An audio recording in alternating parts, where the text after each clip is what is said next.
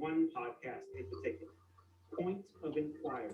It's a production of the Center for Inquiry, and for 15 years, Point of Inquiry has tackled the big questions of science, religion, politics, and culture. Our hosts, Ian Lord and Jim Underdown, take on a wide range of tough and timely topics, specializing in the things that you're not supposed to talk about at the dinner table, because these are the topics that matter. For example, right now, anti-vaxxers and QAnon dominate the news and are actively making our world less safe. So, Point of Inquiry explored conspiracy theories from the inside with a former 9/11 truther, Stephanie Kemmerer, to figure out how a mind gets sucked down the rabbit hole and how to get it out again. We've talked astrophysics with Neil deGrasse Tyson, science education with Bill Nye, bioethics with Francis Collins, mass extinction with Elizabeth Kolbert, and dozens of other important topics with fascinating guests. There are 15 years worth of interviews available through our archive, so you'll never run out of new things to discover. Check out Point of Inquiry on Apple Podcasts, Spotify, or wherever you listen to podcasts. And visit our website at pointofinquiry.org to learn more about the show and explore everything else going on at the Center for Inquiry.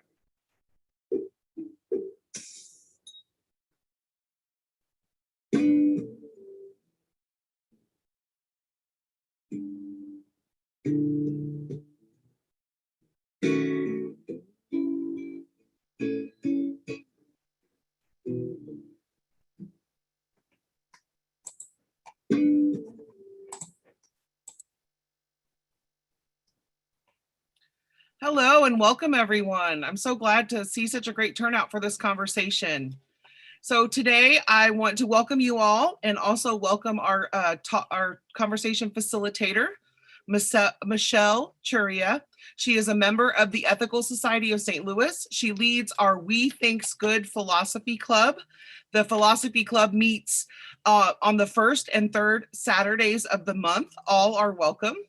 She's also a visiting scholar at the University of Missouri, St. Louis. She completed her PhD at York University in Toronto and then held postdoctoral fellowships at Washington University in St. Louis and the University of New South Wales in Sydney.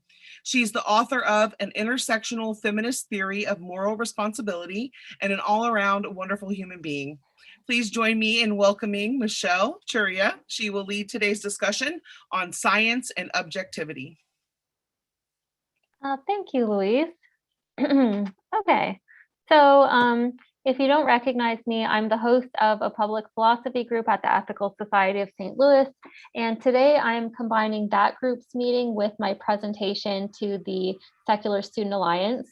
And the presentation will be more of a forum with the same format as the public philosophy group, meaning that I'll present a brief introduction to a philosophical topic and then invite all of you to share your thoughts. So the topic I chose for today is Sandra Harding's theory of objectivity, which is in the field of feminist social epistemology. And it's supposed to address secular science's legacy of racism, sexism, and ableism. So Harding writes about how in the past, scientists would defend unethical theories and practices like eugenics on grounds that they were being objective and impartial and not engaging in politics or responding to political pressures. And they would also tend to say that governments and the public shouldn't interfere in science because this would undermine the objectivity and value neutrality of their research. So in general, feminists reject this understanding of science because they tend to think that everything is essentially political. So good theories and practices are not value neutral and apolitical, but rather informed by good values and politics, like the values of gender equality and racial justice. So I chose this topic because I feel it bridges the interests of the Ethical Society and the Secular Student Alliance by linking science and ethics and explaining how we can potentially make science more ethical. So that's my reason for choosing the topic. So this is how the meeting should go today. I'm going to start by asking you to answer a poll on science and objectivity. And oh, I think you can see it. It just came up on my screen. So it's just 5 questions with yes, no, and maybe answers. So I'll have you respond to this poll, and then we'll discuss the results of the poll. Then I'm going to show you a brief video explaining Sandra Harding's theory of objectivity. It's just a video I found on YouTube, and it's basically like someone giving this concise definition of strong objectivity. So we'll discuss that. And then if there's time, I'll ask if any of you can think of examples of weak objectivity in science. So like scientific research or theories that don't live up to the standard of strong objectivity today.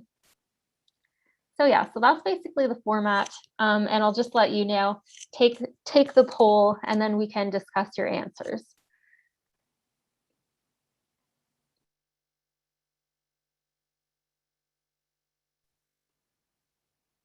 Excuse me, but at least on my screen, the 3rd question isn't complete. It just says, are there similarities between science and Religion, it should say. Okay. Similarities between science and religion. And Okay. I can read the question. So the first question is scientific research objective? The second question is science good for society? The third question is, are there similarities between science and religion? Question number 4, does diversity within scientific communities, for example, more women, people of color, produce better scientific research? And number 5, do all standpoints contribute to objectivity, or are some standpoints relatively useless?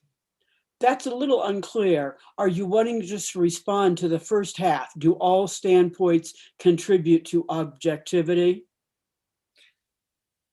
Yeah. There's a scroll bar. Yeah. There's a scroll bar there. This is the first poll I've taken where there's a scroll bar and there's more below. That's never happened in my experience before. Yes, and you'll have to answer all the questions before you can submit the poll. And right now we have 60% of our participants who have already submitted their answers. So let's give it a couple more minutes. Oh, it shot up to 72.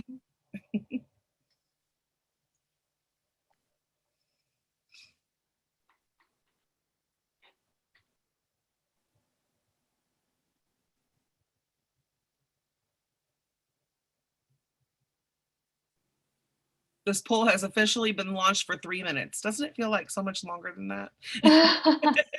Oh yeah, I guess because we're silent. Maybe that's too. Maybe I gave too many questions. No, you're fine. Yeah. Okay, we've got these- 87% of the people have answered. Do we want to go ahead and end the poll? So last call for poll answers. Get your answers in now. We're getting ready to end that poll. Okay, and let's share the results. Okay. Okay. Interesting. So, can everyone see the results? Is scientific research objective? Most people said maybe. Is science good for society? Most people said yes. Are there similarities between science and religion? Most people said no. Does diversity produce better scientific research? Most people said yes. And do all standpoints contribute to objectivity? Most people said maybe. Okay, interesting. So I guess I'll start with, is scientific research objective? Does anyone who said yes want to explain why they said that? And you can unmute yourselves. So feel free to unmute yourselves and answer.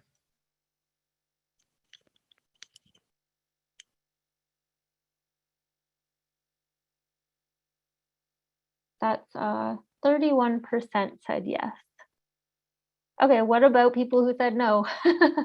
Does anyone who said no want to respond? Or just any perspectives are actually, does anyone want to explain explain their answer to that question? Marty, go ahead. I answered maybe. I'm a scientist in the field of social sciences and mostly having to do with brain and psychology. And so I said maybe because of the fact that being in the business for 50 years, I've seen really lousy research and things that are not necessarily biased by the examiners, but they're just poor designs.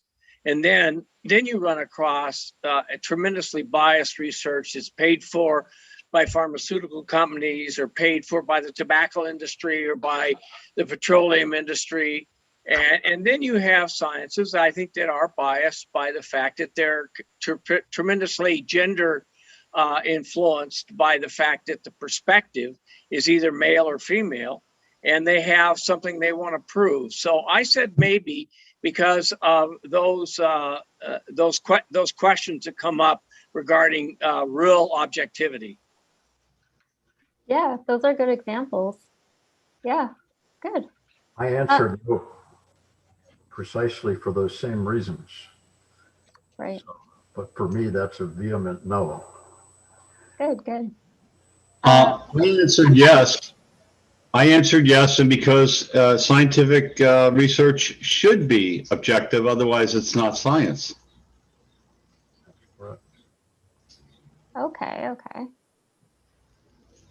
Go ahead. Yeah, that was my reasoning too, is that when I was taught scientific research, that was the whole idea, was to be objective. So now, of course, there are things that are not objective, people who are doing it, but that's not the science. That's not the fault of the method. And I answered maybe because I think most of us in academia know about publication bias, that research that has a negative, that the hypothesis is proved false, are much less likely to get published and therefore spread to other people than those where the hypothesis is proved positive. So even if the researcher intended to not be biased, the published results are biased. I was thinking we were referring to the so-called physical sciences. And if we're not, then I think there is a lot more room for bias to be interjected when you have social sciences or applying scientific method to sociological and kinds of theses. Right. Yeah. When I said no, when you come, whenever you are observing something, you are the one who is taking that in and processing that information, and so by its very nature, that is, whether you're doing it consciously or not, you are making judgments about what is going on, whatever you're looking at, whether it's data from microscopy or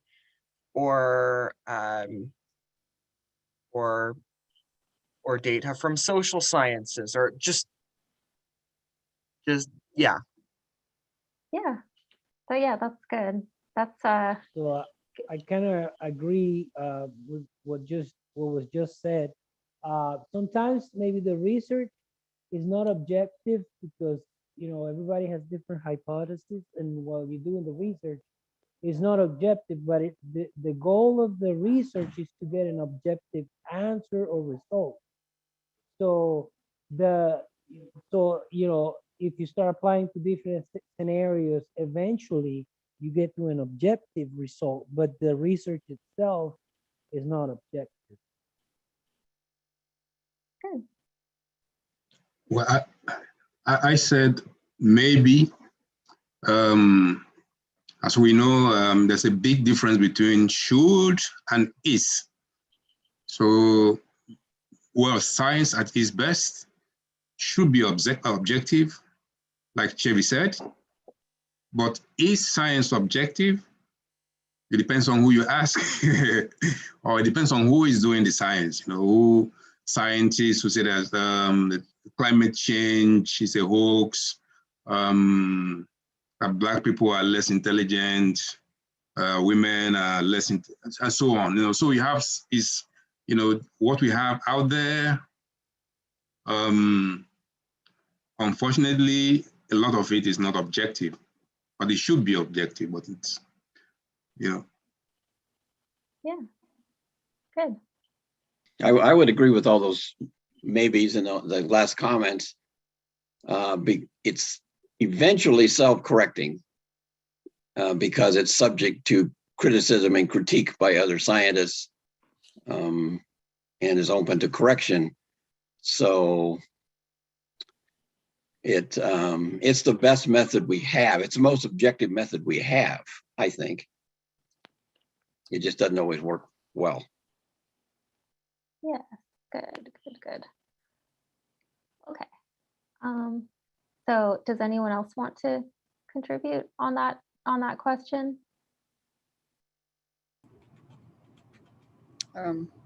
I just kept thinking about the studies that are sponsored by someone with a particular point of view, like the ones that said smoking is not harmful, not addictive.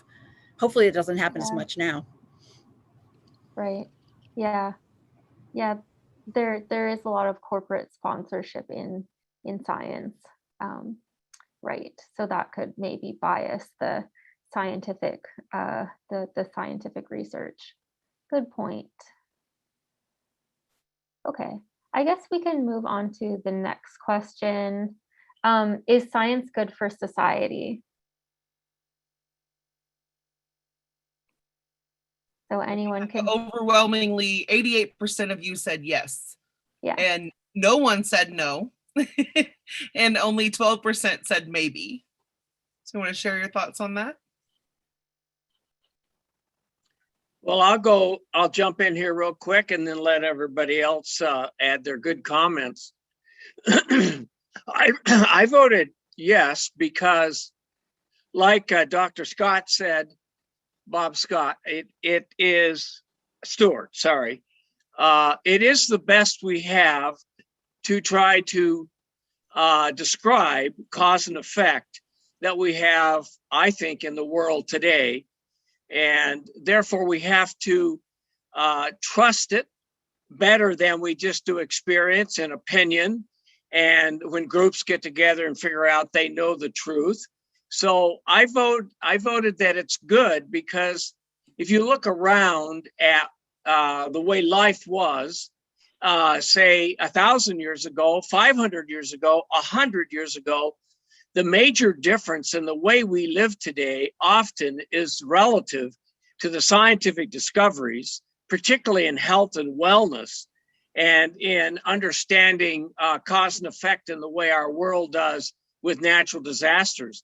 These are the things that have made our life longer, better, and with less suffering. So that's why I said it usually does good, but it doesn't always. But I would say it's the best we have, just like Dr. Stewart did.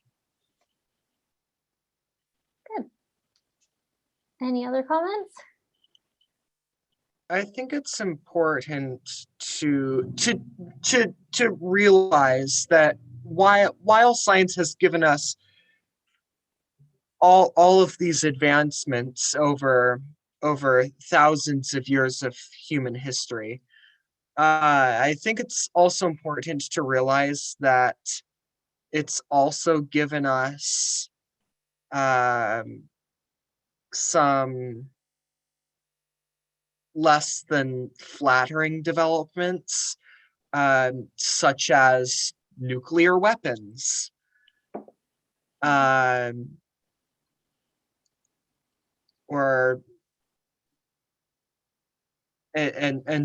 really just about every weapon of warfare is also a product of science. And I think broadly we would agree here that war generally is bad. Yes, right. So yeah, so it gives us these military technologies that could potentially be used for evil. And that's something that Sandra Harding does write about as well. I'd like to respond to that. To me, science is not intrinsically, doesn't have an ethical value. It's not intrinsically good or bad. It's a way of learning. It's a way of experimenting. What humans do with knowledge is when ethics comes in. And so whether we use scientific knowledge to better society or to cause wars isn't the fault of science, it's the fault of us as humans. Yes. Yeah, I would agree. I would agree with that because eventually then through trial and error, we learn what works and what doesn't work. Yes, I voted maybe on that one because the worst thing would happen, I mean, a bad thing, I imagine, would be a scientist who finds something and says, oh no, I shouldn't publish this because it won't benefit society. I think that would be pretty bad. Good. Okay. And I thought of criminal anthropology, which someone brought up earlier, which was a terrible science and did a lot of harm in the world. But then also some of the things you mentioned, how science has, you know, furthered quality of life and longevity of life and minimalized suffering. Good. Okay. So, Yeah, maybe. Oh yeah, Tom. yeah, I thought of the eugenics movement, which turned out to be very horrible, and they tried to base it on science. And my God, save us from scientists like that. Right. What I've noticed, just in speaking, in hearing everyone speak, is that it's, for the most part, we are not objecting to the science itself so much as we are discussing the positives and negative, the positive and negative applications of said science. So I'm not necessarily, that's more just an observation than anything.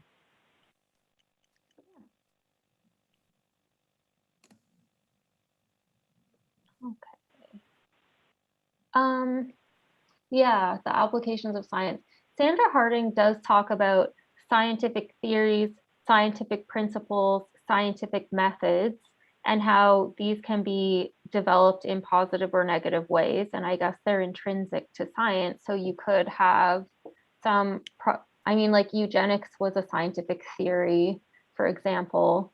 You could have methods that are unethical within science, like experimenting on people. So I guess not just the application or like the research methods, but like the theories and principles could also be potentially unethical.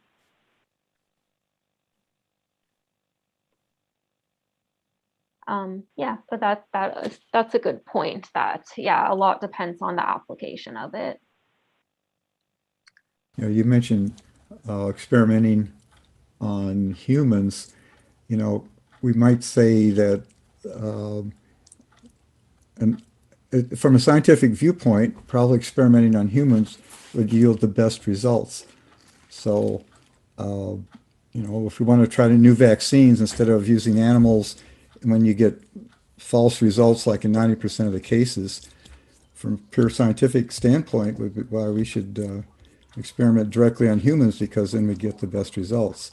So that might be a case of an unethical, most of us would agree it'd be an unethical thing to do, but strictly as a scientist, why it would be the natural thing to do. And of course, that's what the Nazis did, and others. So in that sense, I guess I'd say maybe. In that case, it's not good.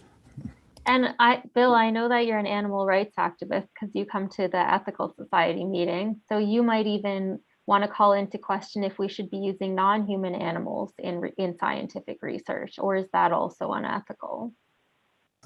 I would say it is, at least in any case where it depends if you're utilitarian or not, but I would side with the people who say it's always unethical. If Melody were here, she would jump in with that too. I'm going to chime in here, if you don't mind. I'm kind of piggybacking off of Bev's comment in the chat. So the thing is, a lot of the experimentation does disproportionately affect people from the global south and marginalized communities. As it's important to acknowledge this when we're going in with a perspective of diversity and realizing that the majority of people who benefit from these experiments and these procedures are part of the global north and also part of Western developed democracies. So it's kind of something to put in perspective because it makes you understand who is being sacrificed for whose benefit. And I'm an animal rights activist too. I've been vegan for 10 plus years, but you cannot dismiss the suffering of marginalized communities by trying to uphold animals when there are people going through the same thing. Good.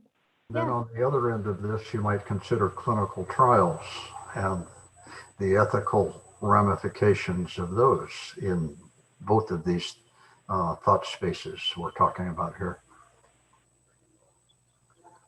Yeah. I think informed consent is really important too. So to me, I feel like non-human animals cannot really give you informed consent. And some people cannot even really give you informed consent. So that's a slippery place to be in. Good. Okay, so I guess we can go on to another question. I don't know if I want to do the one about religion right now. Because I want to see how much time there is. Why don't we go to number 4? Does diversity within scientific communities produce better scientific research, like more objective scientific research? What do people think? Most people said yes. And then there were some maybes and 2% no. So yeah, so feel free to share on that question. I know there have been studies done where diversity cultivates creativity. So I would say, I don't know about objectivity, but the more perspectives we have, diversity is a value that strengthens us. So the more perspectives we have, I feel the better the science will be. Right. So are you saying you come up with like different hypotheses to test because there are different people are coming from different cultural viewpoints or something like that? Yes, or even a perspective that I might not appreciate or notice because of my upbringing and background.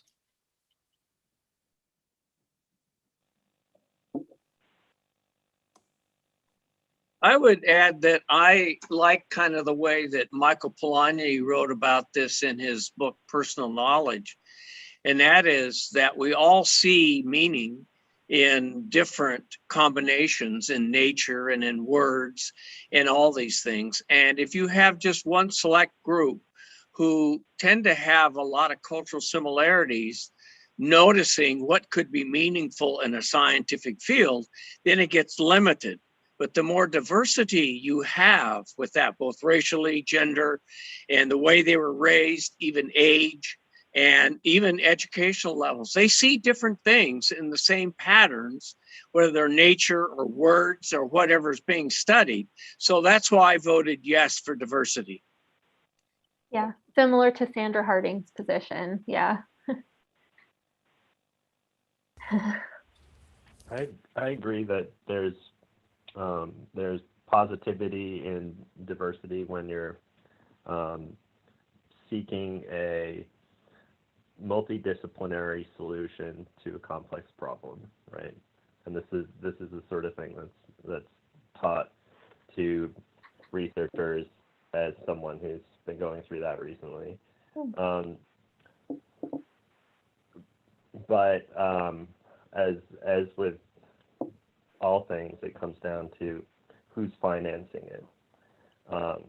So, scientific research processes in medicine are, considered, there's a metaphor like it's a pipeline, and the idea that you can go through all of these different stages in the study, and a lot of them are predictably going to fail, and then you go on to the next stage and the next stage. And for all of these stages in medicine, you build a new team. Sometimes there's continuity, sometimes there's not. But often they're actually trying to address, like ultimately they're trying to address very difficult things, like deeply complicated things, like addressing diabetes, which has implications to, you know, food addiction and behavioral processes, and you know, they want to produce a medicine, but also a way to use it. Anyway, I just think it's about who pays for it as much as anything. Yeah. Do you think that funding system, are you saying it might undermine objectivity? Or I'm saying that it negates objectivity. My perspective is that. Oh, okay. Like that's not like so if it's funded by a specific corporation, they just want you to get the results regardless of objectivity. Like that's not, or yeah, I'm just trying to tie it to objectivity. So I guess you're just like funded to you're funded so that you achieve a certain result, and objectivity isn't even a consideration, maybe.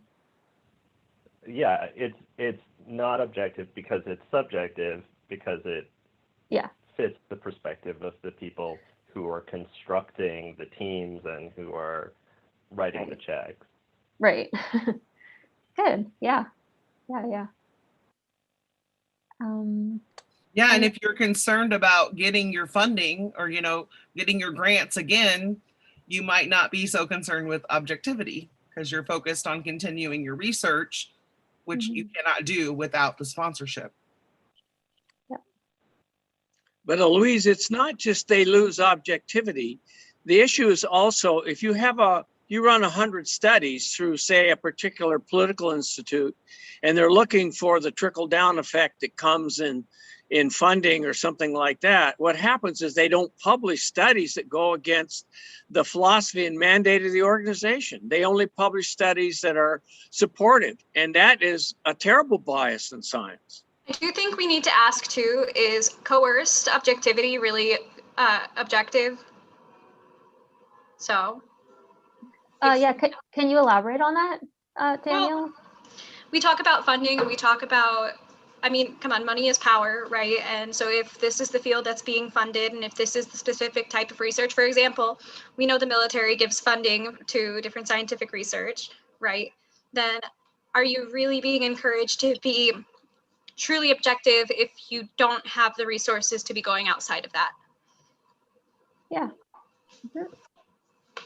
That might be, but some of the bias is that I'm hearing is about how it's published. It's accepted. It's not really about science basically, which is right. I mean, it's self-correcting as we get more evidence. You know, it's like the physicists of the world didn't accept Einstein's theory of relativities for a long time, for quite a while. I mean, he's working in a patent office, right? And he's brilliant, and he was right on most of it.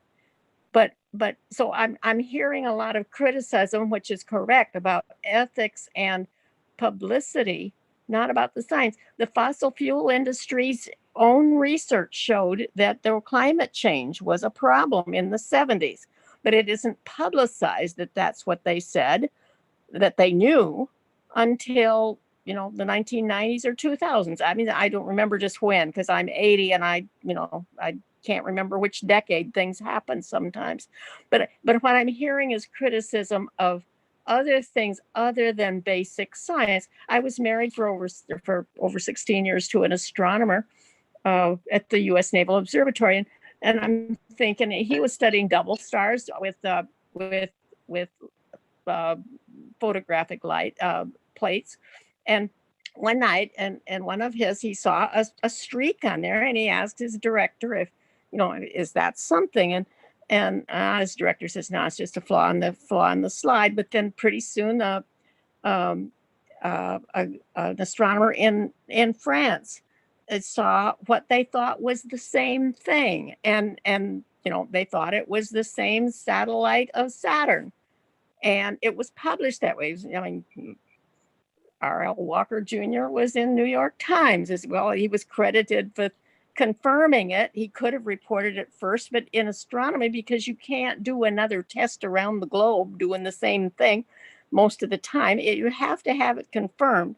But once we had telescopes that go closer, we found out that they were separate satellites.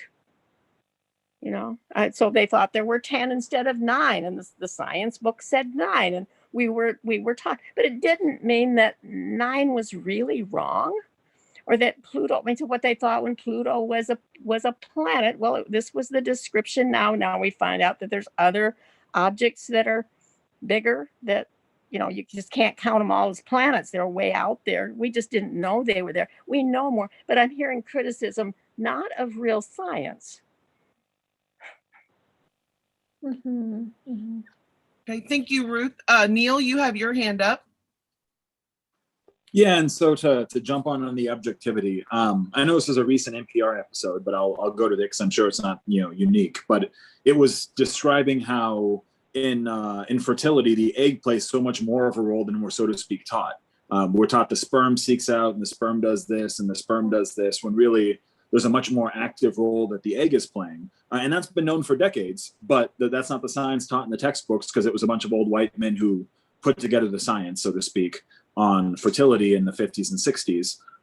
So I think absolutely it has to do with diversity and objectivity. And of course that comes to sexes, and of course that comes to race and ethnic background, socioeconomic background. But when you're coming from it with just a particular viewpoint, you're going to see a particular answer, and not the diversity of answers that should be considered and weighed. Even if someone is trying to weigh those answers objectively, they're not going to have all the options to choose from if they only come from that one background. Yeah, that's a good example, Neil. Thanks. Okay, let's move on just because of time considerations to number 5. Do all standpoints contribute to objectivity, or are some standpoints relatively useless? What do you think? All standpoints, all perspectives, all social positions, are they all valuable to science? And this one's pretty divided in terms of your answers. Well, I'm going to say yes, absolutely. I am a social scientist, so please hold your critique. But especially in the social sciences, making sure everybody is in the room, and this includes people who are not necessarily with formal education, you know, because there's something to be said about lived experiences, and, you know, anecdotes are one thing, but also if we have the ivory tower where we're not really in contact with, you know, the people living this day to day, there's a piece of that missing in the research. Good. Any other comments? I'm going to voice the opposite point of view, Mish.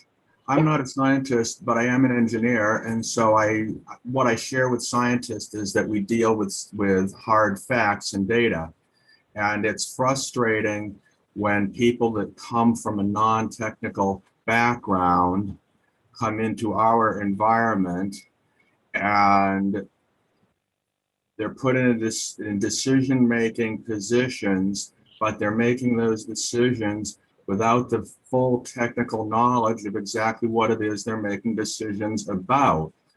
In my own case, I'm a medical device design engineer, and I've seen instances where my own ideas for device improvement, as well as other engineers' ideas for improvements to the product, improvements that would make this medical product better for customers, right? This is not trivial stuff. These ideas get shot down because non-technical people don't understand them. Yeah, interesting. That sort of reminds me of how in academia, some politicians are saying that people can't teach certain subjects such as critical race theory. And these politicians are have no background in philosophy or critical theory, but they're saying professors can't teach critical race theory. So they don't really have the expertise or lived experience even to kind of make that judgment and impose that on professors. So yeah, I guess in some cases, in some cases people can contribute in a negative way. Maybe something like that is happening in your field. And I just like my response, although I'm an avid supporter of free speech and believe that people should have the right to speak their beliefs as to whether they're valuable. When you look at all, for example, the huge number of QAnon followers who absolutely believe in something that the sources are anonymous and therefore can't be vetted or checked. They're making political, economic, and medical decisions based on non-facts, or at least non-verifiable facts. I think those are dangerous. And then when they're claiming that science and mainstream media is all fake, that is dangerous because it is influencing our leaders and influencing other people to make decisions disregarding verifiable research and scientific knowledge. Yeah, good. Yeah, and I think what people are touching on is, like, on one hand, we need input from all the stakeholders, but then on the other hand, not everybody is acting in good faith, and not everybody has the expertise needed to make an informed decision and give informed suggestions. And all of our senses are at risk here. It's like our brain interprets things differently based on our backgrounds and what we're doing. And optical illusions are, I mean, we know, I think just about everybody's seen something they know wasn't really like what it looked like. Well, all our senses are like that. So taking a vote of people with their perceptions doesn't come out with really accurate reality, views of reality. And I have a problem with that. And that's why science, like physics and chemistry, which we used to call science, those kinds of things,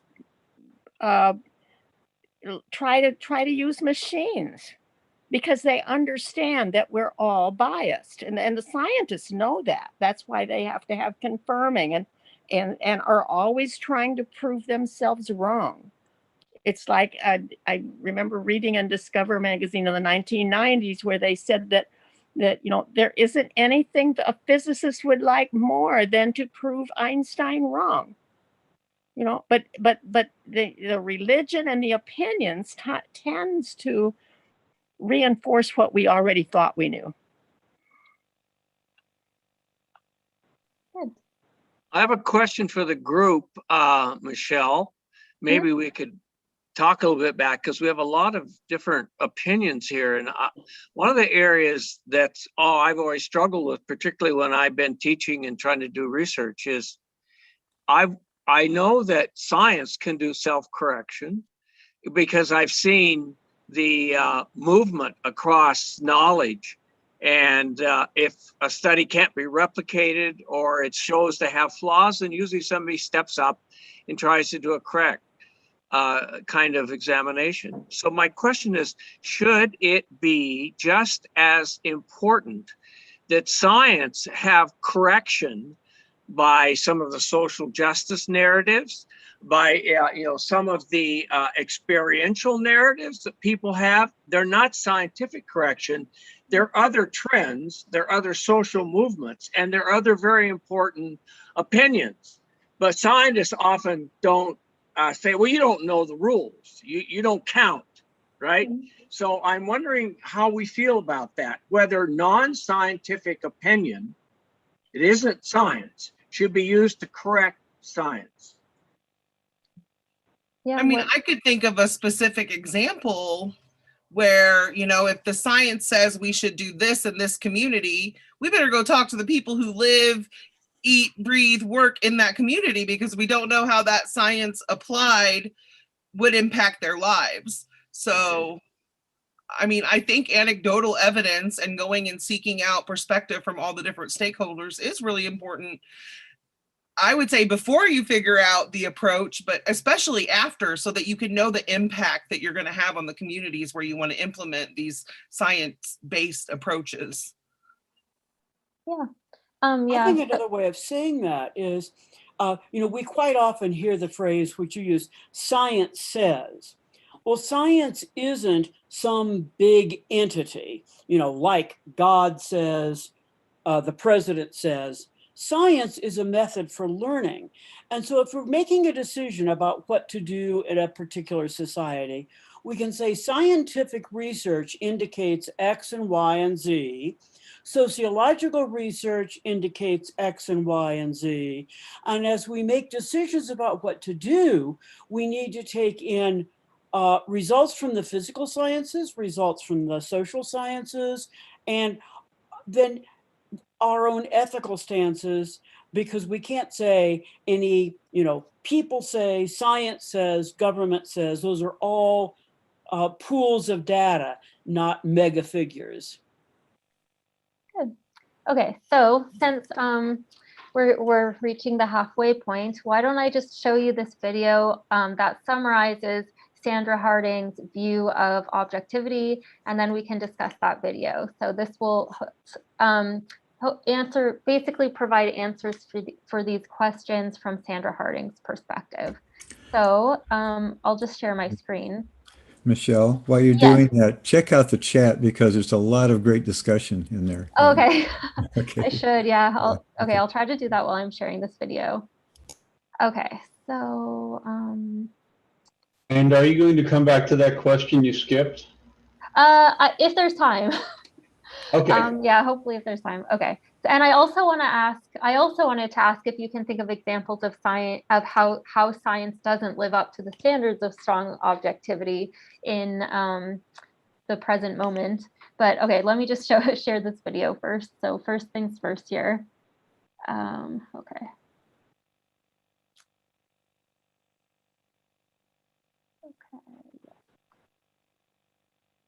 So two of the leading lights in this research were Sandra Harding and Helen Longino, represented here.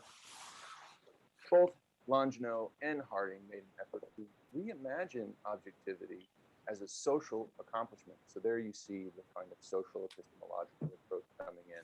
The problem, they think, is that objectivity has been linked to individuals. We saw that in Popper, right? He talked about the kind of character of the scientist. Scientist is this really hard-nosed rationalist who just sort of, sticks to it and is hard-headed and so forth. And what they're saying is that, no, objectivity doesn't happen at the site of the individual researcher. The individual researcher is caught up in all kinds of social forces that, even though he's hard-headed and really sticks to the facts and so on, the sort of social character of those prejudices is going to distort his experience of the world. And so they argue that objectivity actually is a social process, a social achievement. It's achieved through the social character and procedures of scientific inquiry. Our sociality, they argue, doesn't mean that objectivity is impossible. So that's a claim that you often hear. We're sort of social creatures and we have all these social prejudices and they get in the way of us being objective. And they're not saying that there's no sense in which that happens, but they're saying that ultimately our social nature is what makes genuine objectivity possible. So it's an interesting argument. So one of the things that Sandra Harding is famous for developing is this notion of standpoint epistemology. Now this idea traces back to Marxist theory. To put it simply, the idea is that how we view matters depends to a great extent on our social position. So the position you occupy in the social world and your relative advantages, disadvantage, and so on, deeply shapes the way you understand and experience the world. So our personal experiences of privilege or disadvantage, maleness or femaleness, heteronormativity or queerness, disability or able-bodiedness influence our perspectives on and our interpretations of the world. So all things being equal, and this is kind of the core idea behind this notion that objectivity is a social achievement. All things being equal, a more diverse research community will bring to bear more perspectives on an issue than a less diverse one. And when you bring to bear more perspectives on the issue, you make the shared perspective that the social totality of the scientific research community has more objective. So this leads to Sandra Harding's very influential distinction between weak objectivity and strong objectivity. Objectivity, practiced by most scientific communities, Harding argues, is weak because of the community's homogeneity.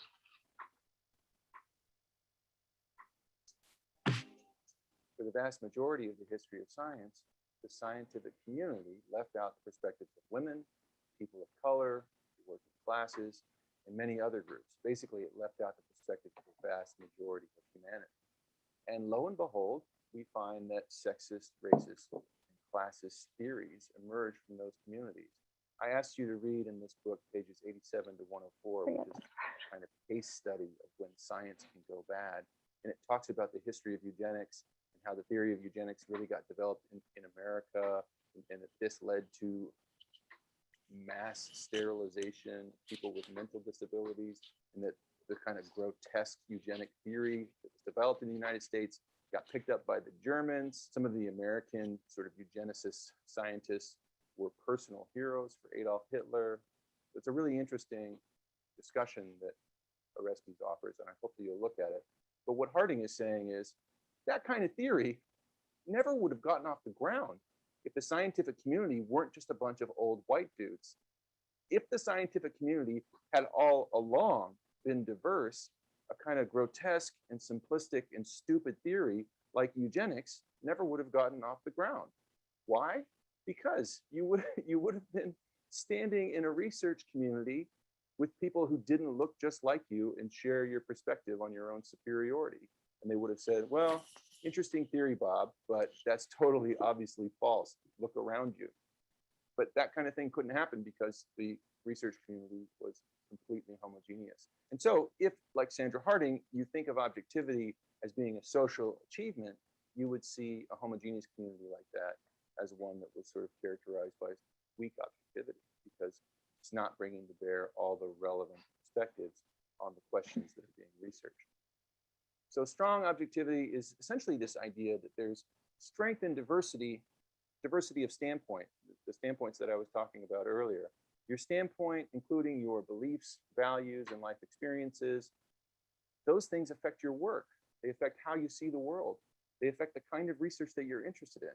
So the best way to develop objective knowledge is to increase the diversity of knowledge-seeking communities. So that's a core claim that Harding and Longino developed, and that has been really influential in feminist philosophy of science, but then ultimately in philosophy of science in general. And it's a very important idea right now.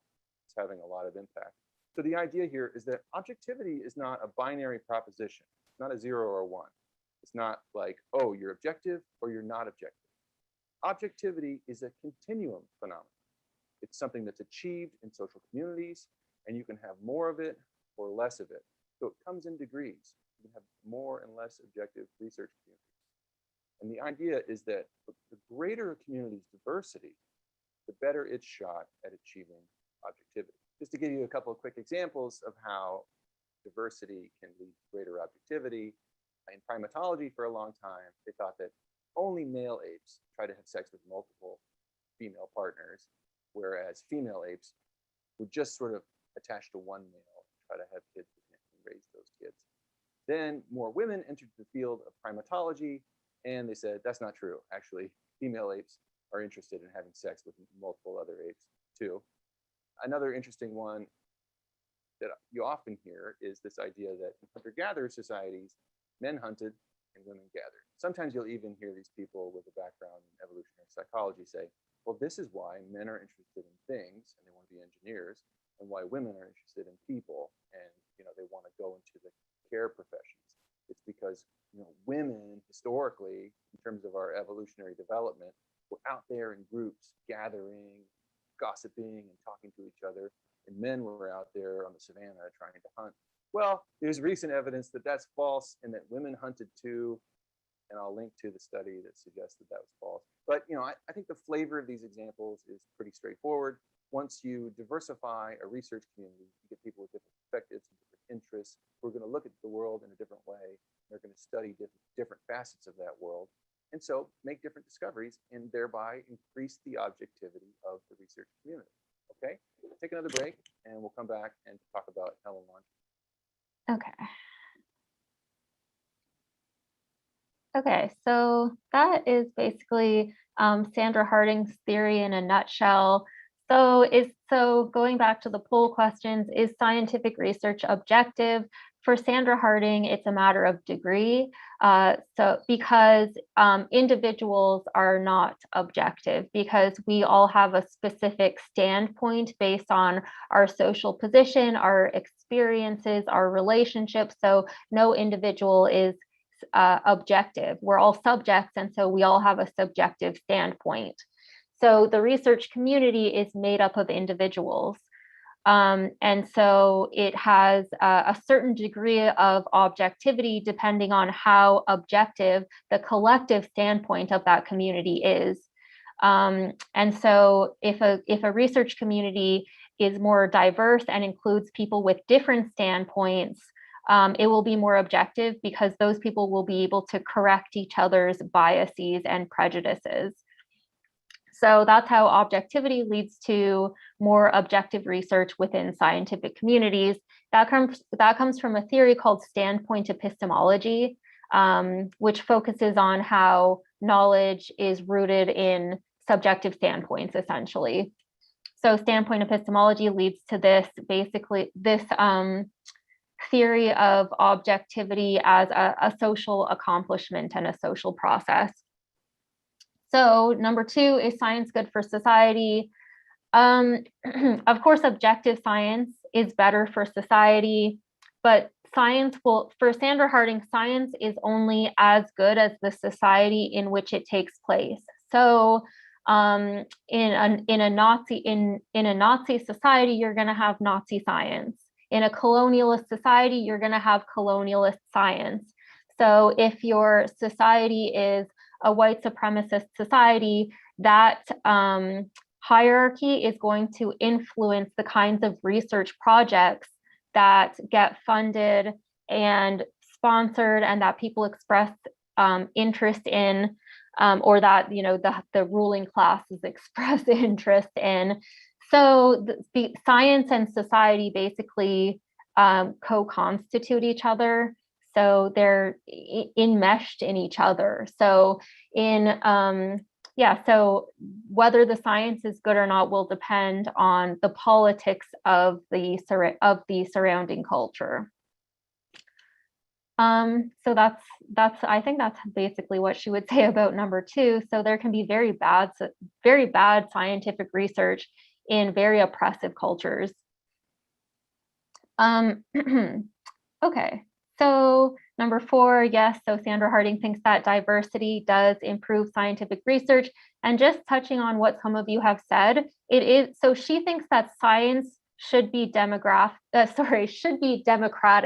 that means it should be responsive to the needs and interests and preferences of the entire culture of the public. So science should be responsive to the public. That's how science ideally should work in a democracy. So when you have corporate interests funding and controlling science, that science will not necessarily be objective because it will not necessarily be democratic and responsive to the needs and interests and standpoints of the public. It will be controlled by a small group of elite rich people, and they have their own personal interests, their own like very narrow interests in like how they fund and govern these science projects. So yeah, so she says ideally science should be responsive to social justice and all kinds of public interests. That will make it more objective and more ethical. And number 5.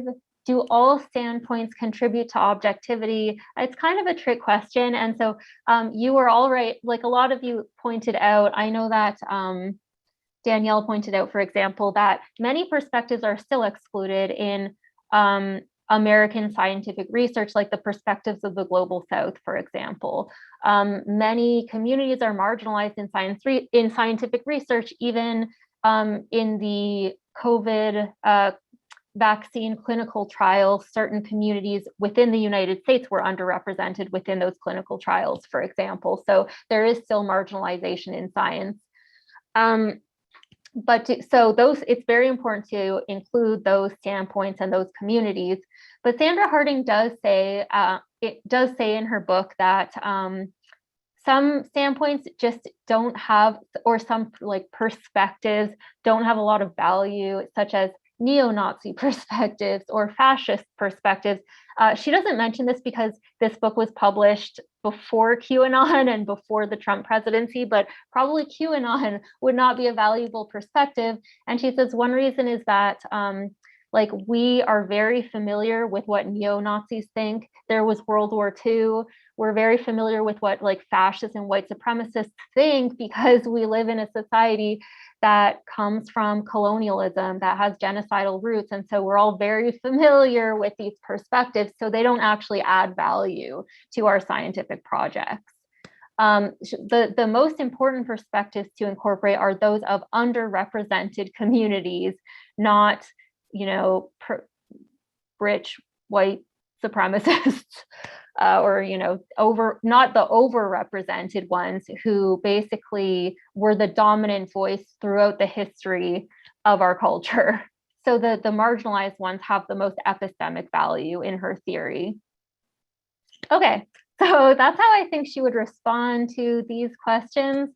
But I just want to give you all a chance to respond and share your thoughts after having seen that video. Like, is there anything that stood out to you or anything you maybe don't, anything that wasn't answered or that you still don't agree with? I would say that in a nutshell, objectivity is a continuum and is aspirational.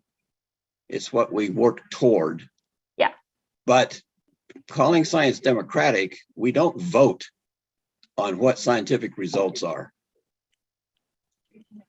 It's whatever the data shows us. Yep. And of course it can be wrong and it needs to be corrected, but the whole point of science is we're not voting on the results. That's true. Yeah, does anyone want to speak to that point? Yeah, I took issue with the notion of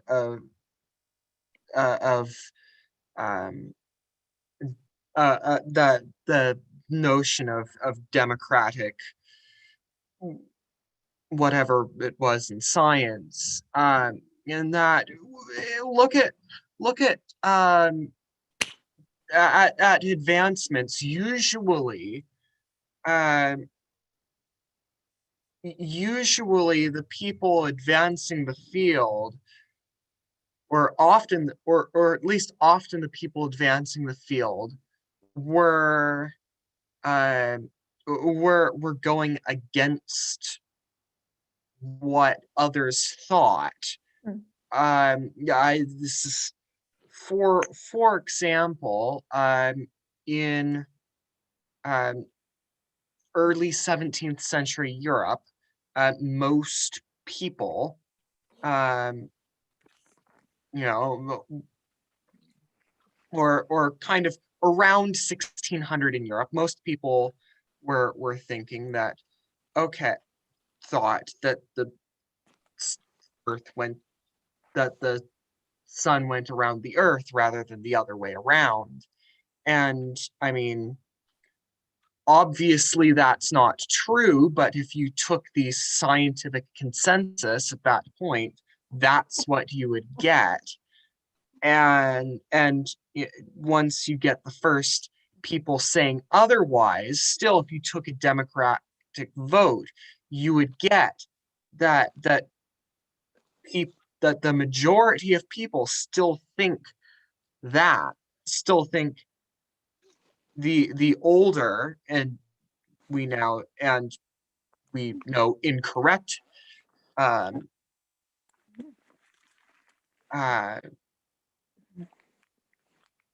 belief.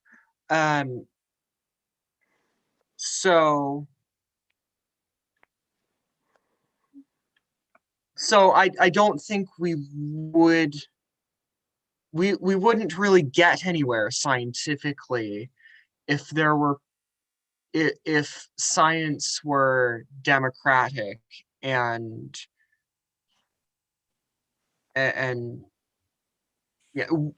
we would not get anywhere if scientifically if science were democratic. Maybe I shouldn't have used that word, but yeah, I'll just still let people contribute on that point for a minute.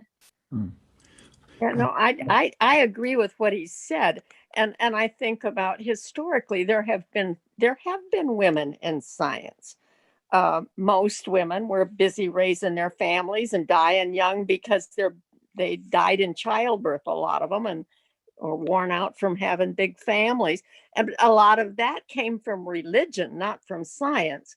And Marie Curie's research was valuable a long time ago. We've known for a long time. Well, but hey, that she didn't get all the credit, at least for a long time or ever.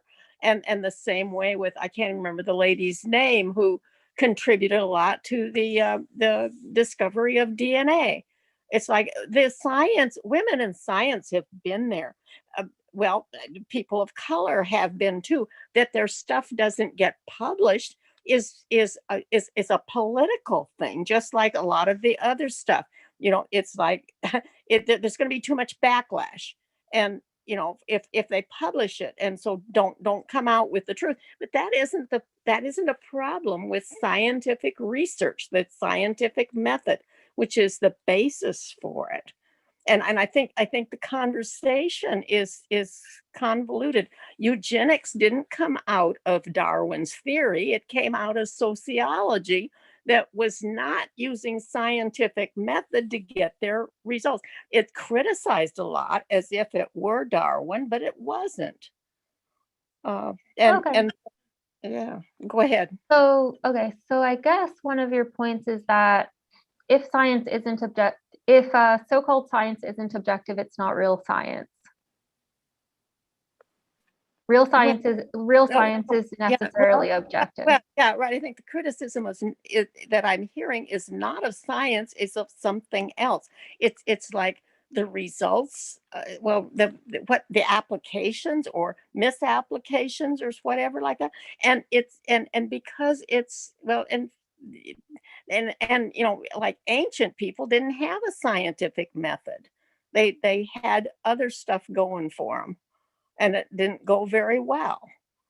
And so I think that's the problem. But a lot of people don't know what science is. My mother lived with me for a year and a half before she had to be in a nursing home, and she said something about she was watching a preacher on television, and I was listening, working in the kitchen, and she said something about the teachers aren't teaching, they're teaching wrong stuff in science. And I said, well, how does that preacher know what they're teaching in school about science? And I asked my mother, who was born in 1915, she had a year of college before the Depression ran out of money. They had their family run out of money, but I asked her once about what she had learned in science or in school, because, and she thought a second and she says, well, I don't think I ever had a science class. But she's basing these conclusions on that. And if you're taking a vote of these people, we've got a problem. And so much of the perceptions are based on religion that it starts with the answers and digs in deeper the more it's criticized. Yes, so I'll let people respond to that comment. Any responses? Yeah, I think both Austin and Ruth are bringing up kind of two sides of the same problem, which is if it's sort of so-called common knowledge that a certain perspective is not valuable. So like if 99% of humans think that the sun, that we're revolving, the sun revolves around us, or that women's contributions to science are not worthy of being considered. For me, something like the common perception is that animals should be used for experimentation, and there's nothing wrong with that. To me, it's obvious that that's not true. I mean, I come from the opposite direction. So things get valid scientific inquiries get distorted by what the common perception of value is, I think. I do want to note we have 5 minutes left for closing thoughts. It's been a really wonderful conversation. So let's get those closing thoughts in the next 5 minutes. Sorry, I didn't realize that we were ending so soon. Should I respond, or do I get to say, or do I have time to say something at the end? Yeah, let's try to get some closing thoughts, and then you can wrap it up. Okay, sounds good. Not your closing thoughts. Anybody else have any closing thoughts they want to share? I'll just share one other thought, Louise and Michelle. Am I cutting somebody off here? Go ahead, Marty. Okay, thank you. The issue of whether science should be democratic or not, I don't think that's what Dr. Harding meant. I remember reading some of her stuff in the late 60s when I was in graduate school, and most of us in the room were white guys, and so there was a lot of reaction to it. And I was probably the only one that said, you know, the point is that you look around this room and there are people we are so underrepresented by so many people that have to eat and sleep our science, and we need to expand it. And so the research that I always participated in was always a large sample base, so we could take in large socioeconomic groups and even cross-cultural research, because I felt that if psychology, particularly in some of the other social sciences, you can't replicate the studies in other countries. And so I think it was becoming very biased, the science of psychology. And she pointed that out very early, that the recipients of all of this knowledge were not represented at the table. Yeah. And then Chevy, did you want to give our last comment from the audience before we go to Michelle's final thoughts? Thank you. Yes. So in the social sciences, we refer to them as well. There is something called the law of unintended consequences. So the science can cut both ways: nuclear power, nuclear weapons, and gene therapy can be very useful, but not in the sense of eugenics. Just wanted to put that little coda in there.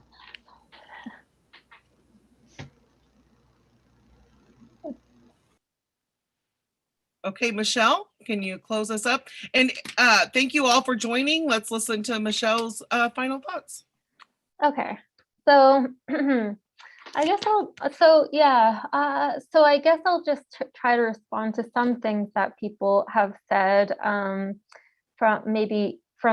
Sandra Harding's perspective as well as I can. And so yeah, maybe I shouldn't have said science is democratic, but I think that she's trying to emphasize that science should be responsive to the needs and interests of the public. So it shouldn't exploit minorities as it has historically done. Scientists should be trying to solve social problems like food shortages and droughts and climate change and things like that in the most ethical way possible.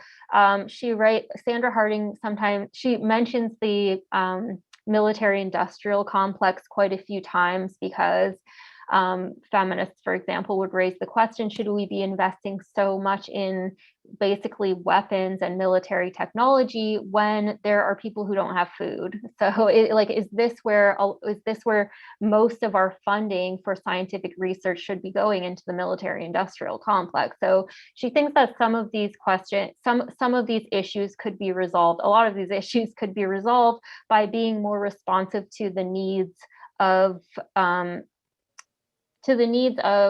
marginalized groups, like the people who have the least and who have been the most underrepresented in science. So that should solve a lot of those questions. And I also wanted to say that she writes a lot about Indigenous knowledge. She actually devotes a chapter of her book to Indigenous knowledge, and she says it's important to recognize, in her view, that Indigenous people did have science. They had scientific techniques and technologies. They had complicated navigational systems, for example, and agricultural methods that were appropriated by colonizers and incorporated into Western science, but Indigenous people weren't given credit for those technologies that they had. So that's why a lot of people now are not cognizant that they had what even at the time would have been considered a type of scientific technology. And in general, Indigenous peoples' sciences and technologies, including social sciences, are not very recognized or validated. Also from the technique of many of these underrepresented groups, including Indigenous people, Western science has not been overwhelmingly positive. It has not been a story of progress because from the perspective of Indigenous philosophers, for example, they have experienced just an ongoing genocide and essentially a culture of colonialism. So so this is what happens when you don't include certain groups.